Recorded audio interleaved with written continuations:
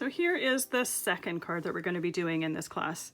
And we're going to be doing two different techniques with this. Firstly, what we're going to be doing is we're going to be embossing the die rather than cutting it, and then we're going to watercolor in the details.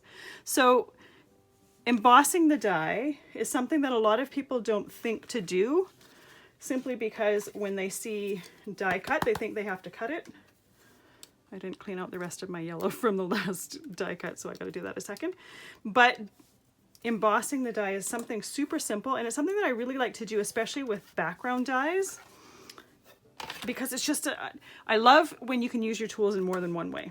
So in order to emboss on our machine, we need to open up this first tab here. We're going to put our pad or our cutting plate right down. I've got some watercolor paper here simply because we're watercoloring. If we were not doing watercolor on there, you could use whatever paper you want. You could even emboss and then ink the paper. You can emboss and leave it as it is. This particular die, because it's more of an image rather than just a pattern, it just lends itself to this.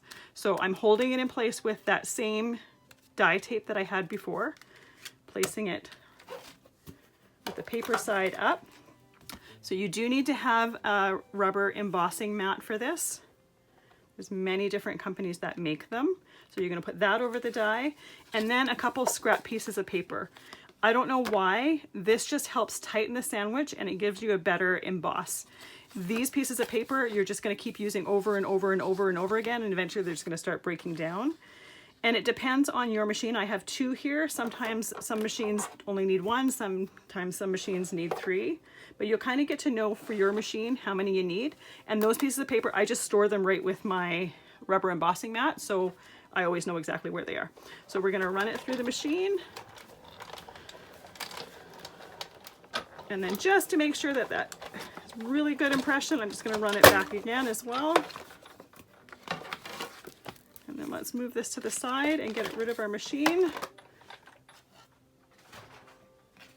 So this is the back side, and you see how you get all of that, the impression from that image. You could go and you could watercolor this side, or you could just ink it, but we're going to use this side here.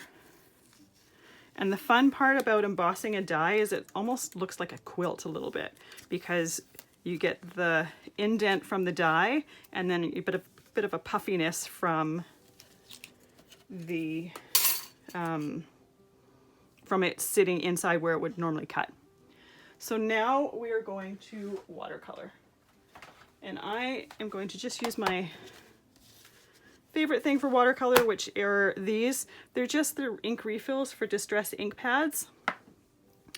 Again, I love it when one tool does double duty. I like using this for watercolor simply because it's nice and vibrant. You can get some light shades, you can get some dark shades, and I already have it. So first thing I'm going to do is I'm going to do those little windows in here. And for these you have to be fairly precise because it's such a small area. And then I turn these into windows as well. Sometimes it's just a matter of your interpretation. I don't have any water in my brush, so I may need to pause and add water. So now I'm going to use some candied apple to do some red up here.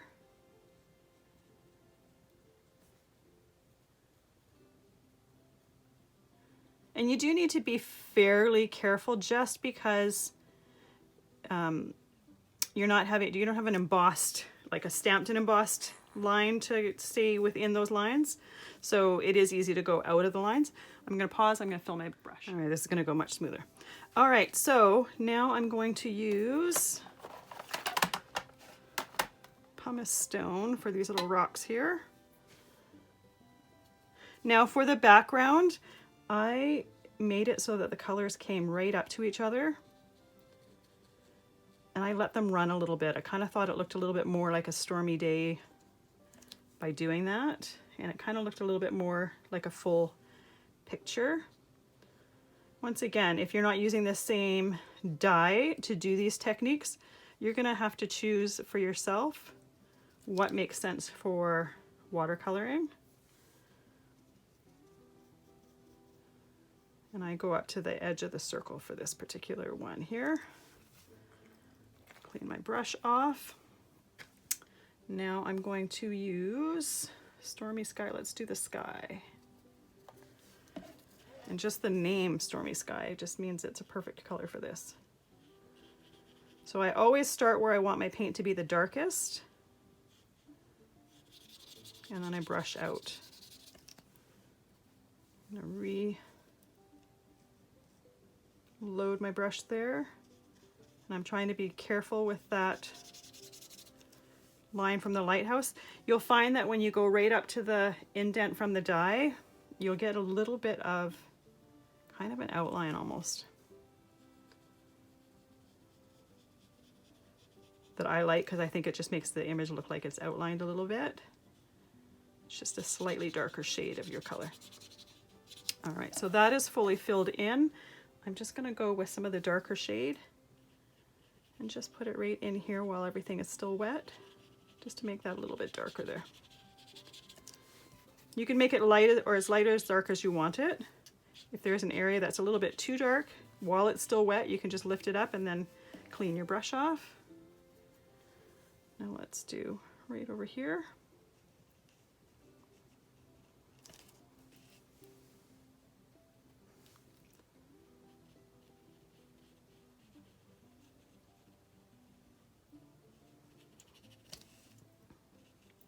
Hardest part about this technique is just being careful with those lines.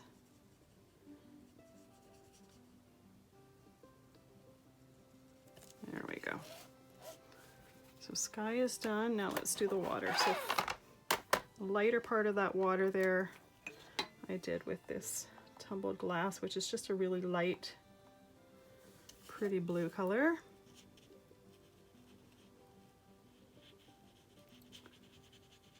I'm just going to go up here.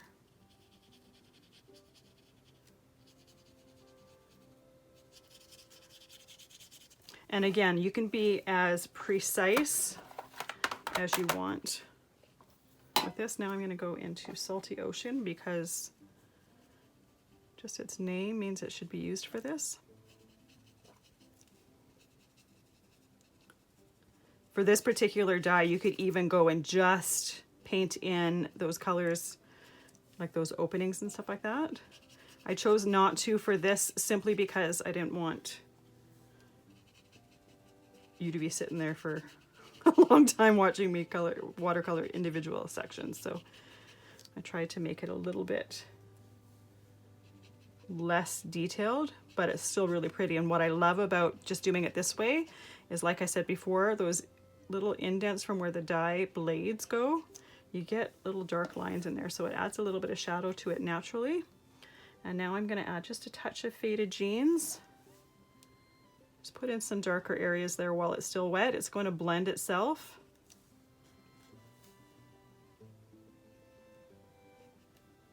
There we go. Again, as much or as little as you want. I'm going to clean my brush off. And this should be completely dry before you glue it.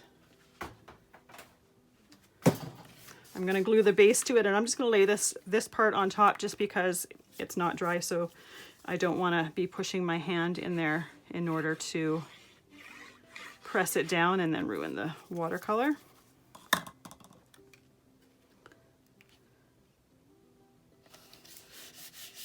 There we go.